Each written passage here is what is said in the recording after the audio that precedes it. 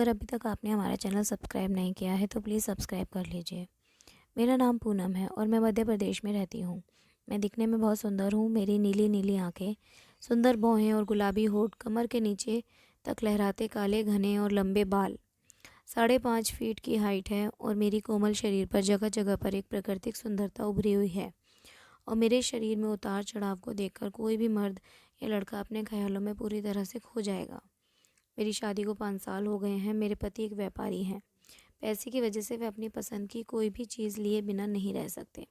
चाहे वह कोई भी चीज़ हो, कोई महिला हो या लड़की, जिसे वो पसंद करते हैं उसे किसी भी तरह हासिल करके ही रहते हैं और उसके साथ मस्ती भी करते हैं। मेरे पति घर पर कम और बाहर ज़्यादा समय बिताते हैं, इसीलिए वे घर से ज़्यादा नहीं रहते। इस कारण मैं भी उनसे कम नहीं हूँ। मैंने भी अपनी ज़िंदगी में बहुत मस्ती की। हमने अपने घर में एक नौकर रखा था।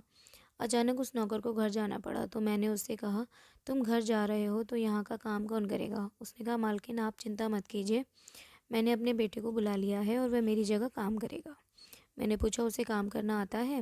वह बोला, मालकिन मेरा बेटा बहुत अच्छा काम करता है। गर्मी की छुट्टियों में उसका बेटा गाँव से हमारे घर आ गया। अब वही लड़का घर की सफाई, झाड़ू पोछा, बर्तन धोना और कोई भी दूसरा काम करता था। हमारे घर में खाने पीने का अच्छा इंतज़ाम था। किसी पर कोई रोक टोक नहीं थी। खाली समय में वह अक्सर हॉल में बैठकर टीवी देखता और एक दिन मुझे एक पार्टी में जाना था। रात में मैं पार्टी से बहुत देर से वापस आई और उस रात मैंने बहुत शराब पी ली थी, इसीलिए मुझे सुबह तक सोती रही। मैं करीब 9 बजे उठी। उस समय कमरे के पर्दे अभी भी बंद थे, जिससे मेरा कमरा अभी भी रात जैसा अंधेरा लग रहा था।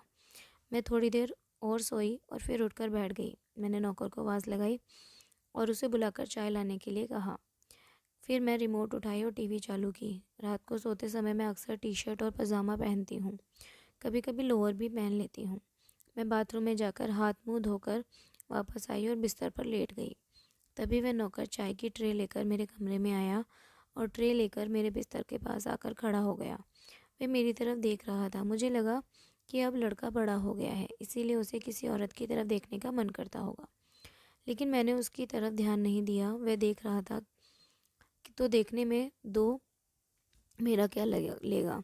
फिर मैं चाय पीने लगी, लेकिन वह मेरे पास खड़ा रहा। मैंने उससे पूछा, क्या हुआ, तुम्हें कुछ कहना है? उसने कहा, नहीं। तो मैंने कहा, तो फिर यहाँ क्या कर रहे हो? फिर वह तुरंत चला गया। कुछ देर बाद मुझे लगा कि मुझे उसके साथ ऐसा बर्ताव नहीं करना चाहिए था। मैं उसके बारे में सोचने लगी तो मुझे बुरा लगा। मैं चाय लेकर बिस्तर पर लेट गई और पहले मैं सीधी लेटी, फिर उल्टी होकर लेट गई। मैं अपने ख्यालों में खोई हुई थी। तभी उसने फिर से दरवाज़ा खोला और अंदर आ गया। चाय का कप उठाकर उसने मेरी ओर देखा और बस मेरी तरफ देख रहा था। उसके मन में क्या चल रहा था ये मुझे मालूम था। मैं भी उसकी ओर देखी और इस बार उसकी हालत मुझे पहले से भी ज़्यादा अजीब लगी। उसे थोड़ी शर्म आ रही थी, लेकिन फिर वह चोरी चुप से मुझे देख रहा था। मैं ऐसी लेटी थी कि मेरा शरीर दिख रहा था। मैं भी जानबूझकर उसे अपना शरीर दिखा रही थी, क्योंकि मैं अपने पति से बहुत जलती थी। मेरा पति हमेशा किसी न किसी लड़की के साथ होता था, इसीलिए मैंने सोचा कि मैं इस नौकर को अपने जाल में फंसा लूं। फिर मैंने उसे जानबूझकर अपने कमरे की सफाई करने को कहा। उसने कहा, मालकिन पहले मैं सफाई कर दी है। मैंने उसे चिढ़ाते हुए कहा, क्या तुम सच में सफाई कर दिए हो? और मैंने मज़े लेते हुए कहा, तुमने सफाई कहाँ की? यहाँ इतनी धूल दिख रही है, वापस जाओ और फिर से सफाई करो।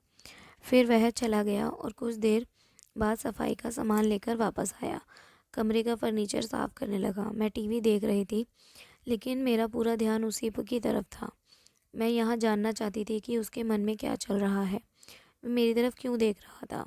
मैंने उससे पूछा, तुम गांव में क्या करते हो? उसने कहा, मैं गांव में बच्चों को पढ़ाता हूँ। फिर मैंने पूछा, क्या तुम सिर्फ पढ़ाई कराते हो या कुछ और भी करते हो? उसने जवाब दिया, मैं शाम को अखाड़े जाता हूँ। और मैं हंसी और उससे कही, तो तुम पहलवान हो? फिर मैं मजाक में बोली, तुम्हारे शरीर को देखकर लगता तो नहीं कि तुम पहलवान हो। उसने कहा, कुश्ती में शरीर नहीं बनता, ताकत आती है। मैंने अभी अभी शुरू किया है। फ़िलहाल मैं सिर्फ अखाड़े की मालिश करता हूँ और गायों को दूध निकालने का काम करता हूँ।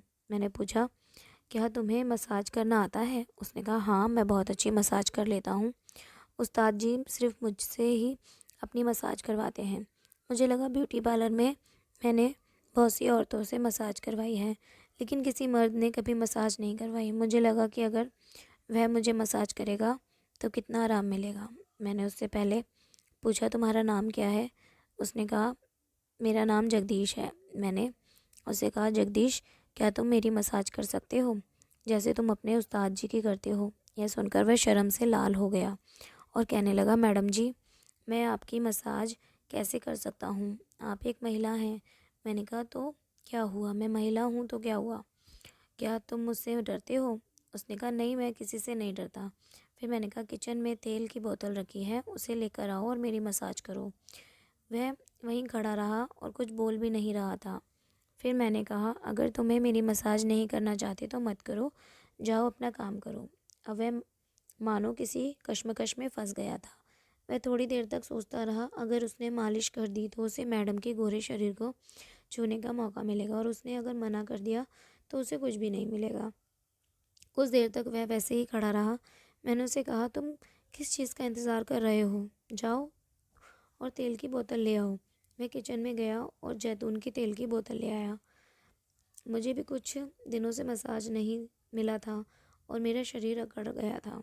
मैं सीधा लेट गई और मेरे पैरों में के पास आकर बैठ गया, और वही औ- मेरी ओर देख रहा था और मैं उसकी ओर। दोनों के मन में एक अजीब सी हलचल थी।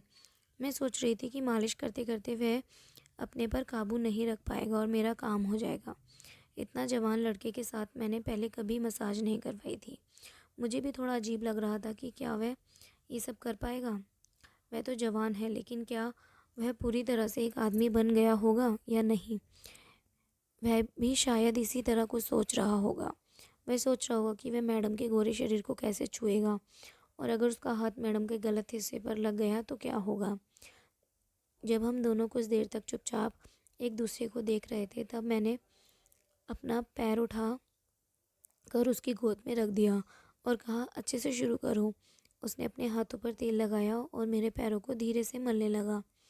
मैंने उससे पूछा, क्या तुम अपने उस्ताद जी की भी मसाज ऐसी करते हो? उसने कहा, नहीं, उनका शरीर लोहे की तरह सख्त है, मैं उनके शरीर को बहुत ज़ोर से मलता हूँ।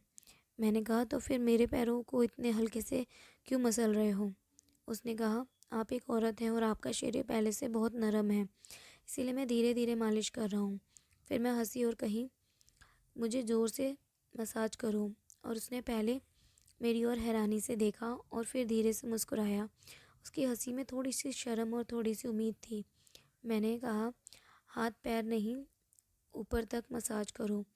उसने हाथों पर तेल लगाया और मेरे घुटनों की मसाज करने लगा। ऐसा लगा मानो उसके हाथों में जादू हो। मेरे पैरों में बिजली सी दौड़ गई। मैंने जैसे उसे भी शायद ये महसूस हुआ होगा। फिर मैंने अपना दूसरा पैर उसके सामने रख दिया। उसने वहाँ भी घुटनों तक तेल लगाया और फिर मैंने उसे कहा, क्या तुम बस घुटनों तक ही तेल लगाओगे, आगे नहीं जाओगे? फिर उसने अपने हाथों पर तेल लिया और मेरी जंघाओं का मालिश करने लगा। जैसे उसने मेरी जंघाओं की मालिश करता हुआ उसने मेरे हाथ मेरे संवेदनशील हिस्से को भी छू रखे थे। जब उसने उस हिस्से को मसाज करना शुरू किया तो उसके कांपते हाथ मुझे सिर्फ महसूस हो रहे थे। वह बहुत डरते हुए ऊपर की ओर बढ़ रहा था। मैंने उसका हाथ पकड़कर अपनी कमर पर रख दिया और कहा, यहाँ तक मेरी मसाज करो।